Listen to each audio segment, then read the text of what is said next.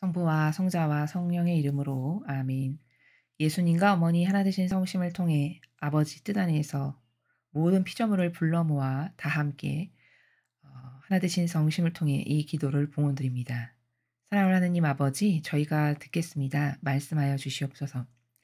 또한 아버지, 이 나라가 태고적에 생겼을 때부터 오늘날에 이르기까지 아버지 뜻에 올바르게 화답하지 못한 그 수억만 가지의 모든 죄악들을 저희 사명이 행하는 고행과 배상과 보속으로 모두 아버지께 용서를 청원드리며 회개하고 뉘우치오니 사랑하는 하느님 아버지, 불쌍히 여겨주시옵소서. 저희 사명이 행하는 다양한 고통과 고행과 극기로 아버지께 이 나라가 지은 모든 죄에 대한 회개를 하고 또 배상과 보속을 드리오니 자비를 베풀어 주시옵소서. 몇 달 후에 있을 대통령 선거에서 반드시 아버지께서 원하시는 영혼이 이 나라의 새로운 대통령이 될 수 있기를 저희들이 뜨거운 갈망으로 청원드립니다.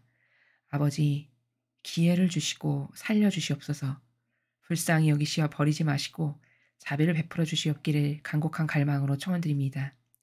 또한 아버지께서 선택하신 영혼이 대통령이 됨으로써 이제 성화시대에 새시대의 포문을 열어가는 그 아버지께서 친히 다스리시는 주도적인 국가가 될 수 있기를 뜨거운 갈망으로 또한 청원드립니다. 자비를 베풀어 주시옵소서. 이 모든 기도 우리 주 예수 그리스도의 이름으로 기도드리나이다. 아멘. 성부와 성자와 성령의 이름으로 아멘. 안녕하십니까? 하나님의 뜻 성교의 피아수녀입니다. 오늘도 아버지께서 주시는 놀랍고도 탁월한 정신세계가 담겨져 있는 진리 여러분들과 함께 학습해 보도록 하겠습니다. 2021년 11월 11일 목요일입니다. 제1독서 지혜서 7장 22절에서 8장 1절까지의 말씀입니다. 지혜 안에 있는 정신은 명석하고 거룩하며 유일하고 다양하고 섬세하며 민첩하고 명료하고 청절하며 분명하고 손상될 수 없으며 선을 사랑하고 예리하며 자유롭고 자비롭고 인자하며 항구하고 확고하고 평온하며 전능하고 모든 것을 살핀다. 또 명석하고 깨끗하며 아주 섬세한 정신들을 모두 통찰한다. 지혜는 어떠한 움직임보다 재빠르고 그 순수함으로 모든 것을 통달하고 통찰한다. 지혜는 하느님 권능의 숨결이고 전능하신 분의 영광의 순전한 발산이어서 어떠한 오점도 그 안으로 기어들지 못한다. 지혜는 영원한 빛의 광채이고 하느님께서 하시는 활동에 티 없는 거울이며 하느님 선하심의 모상이다. 지혜는 혼자이면서도 모든 것을 할 수 있고 자신 안에 머무르면서 모든 것을 새롭게 하며 대대로 거룩한 영혼들 안으로 들어가 그들을 하느님의 벗과 예언자로 만든다.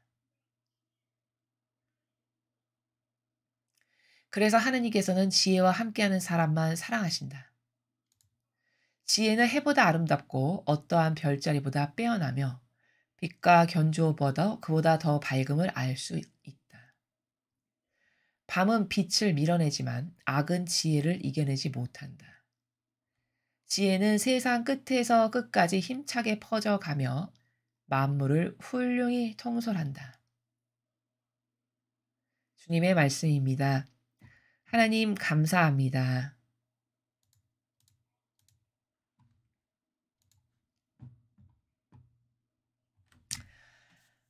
어, 과연 참 지혜라는 나라는 이 부족한 인간의 언표로는 도저히 다 설명할 수도 없는 나라임을 지금 여러분께서 저와 함께 읽으셨습니다.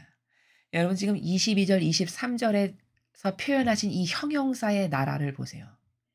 이게 얼마나 아름답고 그 깊이와 넓이를 감히 측량할 수 없는 나라인지 보이시나요? 이게 지혜입니다. 이 지혜의 주인이 바로 하느님 아버지십니다. 여기서 말씀하시는 지혜다. 오늘 여기 이 본문에 등장하는 지혜라는 단어는 오늘 이 부분에서는 하느님의 영, 주님의 영, 즉 하느님을 지칭하고 있습니다. 그 우리의 진정한 아버지신 아버지께서 통솔하시고 다스리시는 나라가 이렇게 수억만 가지의 형용사로 표현할 수 있는, 이거보다 사실은 더 넓죠. 방대하고 여기 다 실을 수가 없어서지. 그러한 나라가 지혜의 나라이고 그 주인이신 분이 바로 우리 아버지시라는 겁니다. 그래서 우리는 천상의 것을 표현할 때 바다다 이렇게 해요.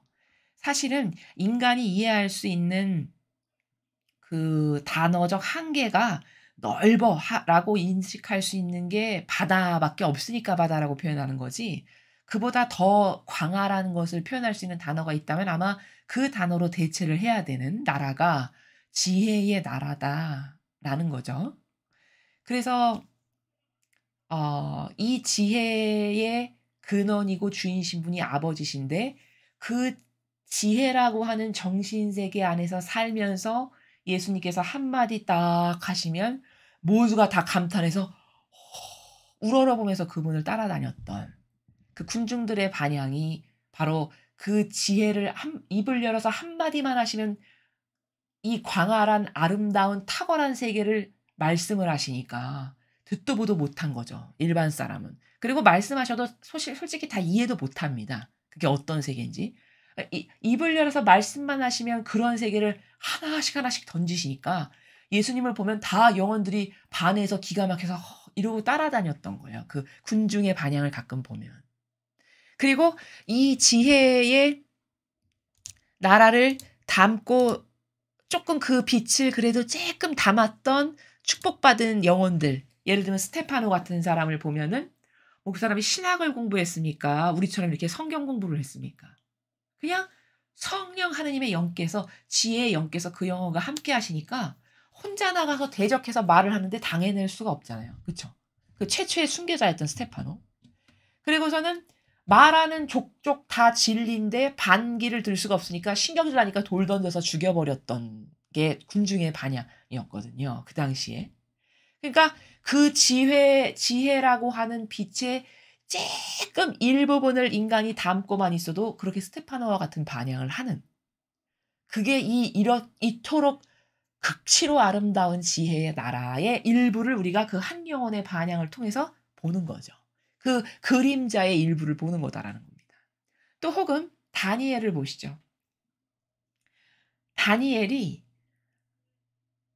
하느님하고 같이 사는 사람이었잖아요, 아버지와 하나 돼서. 그러니까 그냥 가서 그 남의 나라 왕의 꿈을 턱턱 해몽해 주죠. 그 나라에 수많은 훌륭한 주술사나 뭐 내노라 하는 모든 사람이 있어도 꿈 해몽을 못 하는데 다니엘은 그냥 가서 불려가면 그 자리에서 바로바로 해몽을 해 주죠. 근데 그게 정확하게 맞죠. 그게 바로 뭐냐, 위대하신 아버지의 지혜의 광활한 바다에 요만큼의 빛을 인간이라고 하는 부족한 영혼이 담아서 내놓는 나라가 그 정도로 놀라운 탁월한 나라라는 겁니다. 이해가 되시죠? 그리고 그 근원이신 예수님께서 한마디만 하시면 다 너무나도 아름답고 매력적이니까 넋놓고 여인들이 주로 그렇게 해서 예수님을 따라다녔던 거거든요. 감탄에 마지 않았던. 그게 바로 오늘 지금 여기서 지혜가 어떤 나라인지를 이렇게 설명하시는데, 그 나라를 제가 지금 그 나라의 그 위대한 빛의 요만큼 일부를 담아냈던 영혼들이 얼마나 매력적이었고 얼마나 거침이 없었으며, 그래서 남의 나라 왕까지도 기용해서 쓸 만큼 그러한 하느님의 영광을 드러냈었는가를 지금 성경에 등장하는 몇 명의 인물을 통해서 여러분에게 설명을 드린 겁니다. 요셉도 마찬가지죠, 요셉. 아버지께서 사랑하셨는데 이집트로 팔려갔던 요셉. 그 요셉도 꿈 해몽을 해 주잖아요, 그 파라오에. 그러면서 이제 눈에 들게 돼 가지고 이제 점점 높은 자리에 가게 되는 거죠. 그런 꿈 해몽이라는 거는 이렇게 배워서 뭐 학습을 해 가지고 뭐 내가 뭐 공부를 해서 그렇게 해서 되는 나라가 아니잖아요. 그는 순전히 하느님이 주시는 지혜의 영을 받지 않고는, 그 진리의 빛을 받지 않고는 도저히 흉내도 낼 수 없는 그런 나라죠. 근데 그 부족한 인간이 예를 들어 지혜의 빛살의 가닥이 수억만 가지라고 하면 그 수억만 가지 가닥 중에 쬐끔 몇 가닥 가지고 있어서 그것을 발하는데 그 정도로 아름다웠다면은 그 근원이 되는 나라는 얼마나 눈부시게 아름다울까요? 여러분 지금 추상을 해 보시라고 제가 이렇게 말씀을 드립니다. 그 세계에 가고 싶죠.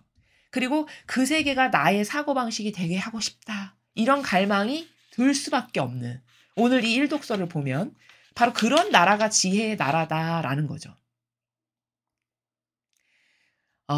그래서 그렇다면은 나도 이러한 지혜가 나의 것이 좀 되었으면, 나도 이런 나라에서 좀 살아봤으면, 이런 갈망이 든다면 우리는 뭐를 해야 될까? 청하면 저도 아버지 이 위대하신 아버지 지혜의 빛을 저에게도 좀 주세요.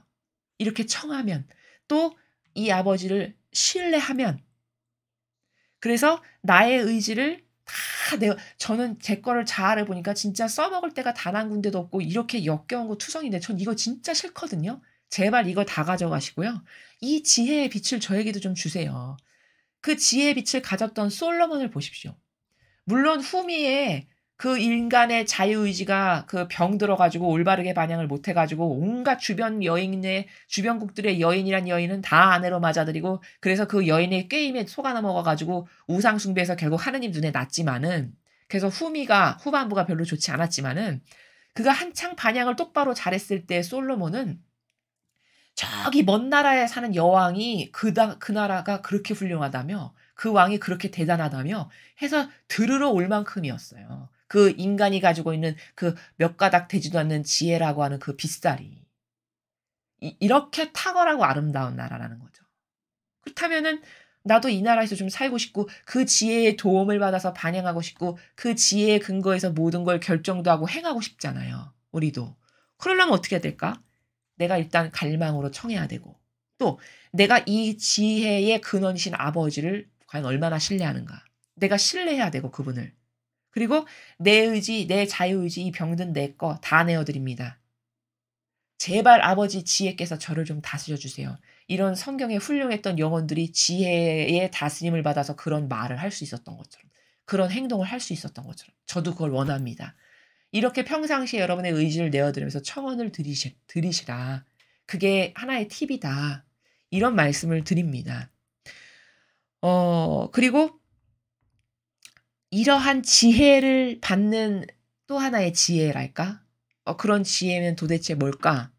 내 안에서 이러한 성령 하느님의 역사가 일어나서 성령 하느님께서 나를 친히 다스리시고 지배하시고 정복하시고 이렇게 하실 수 있도록 내가 도움을 매 순간 청하고 갈망하고 의탁드리고 내어드리고 이렇게 해서 이런 지혜가 나를 다스리셔서 내가 마치 솔로몬처럼 말할 수 있게 하고 내가 스테파노처럼 행할 수 있게 하고 다니엘처럼 담대하고 용기 있고 아버지 것 아닌 것은 아무것도 말하지 않을 수 있는 이런 멋있는 사람이 되려면 그것을 주세요. 제 의지를 내어드립니다. 이거 가져가시고 아버지 지혜의 빛을 저에게 주세요.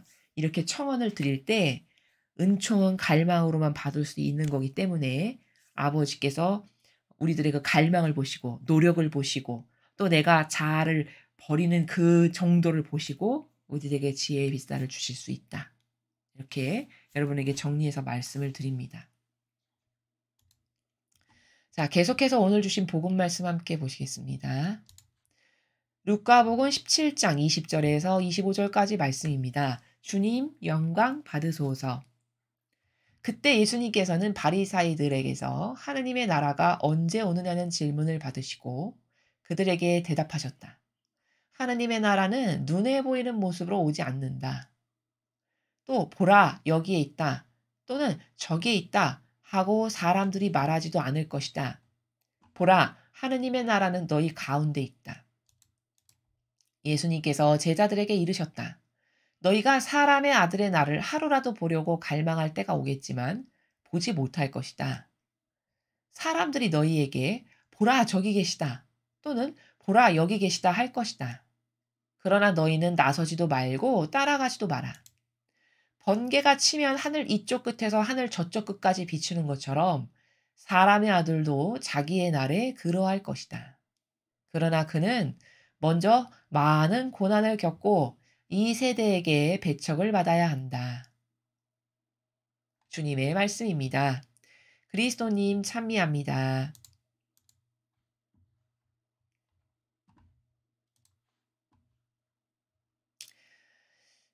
어 지금 예수님께서 바리사이들이 지금 예수님께 "도대체 하느님의 나라가 언제 옵니까?" 이걸 지금 물어본 거죠. 그래서 그 하느님의 나라가 언제 오냐는 질문에 답변을 하고 계십니다. 자 그런데 지금 하느님의 나라라는 것에 대해서 오해가 있어요, 인간이.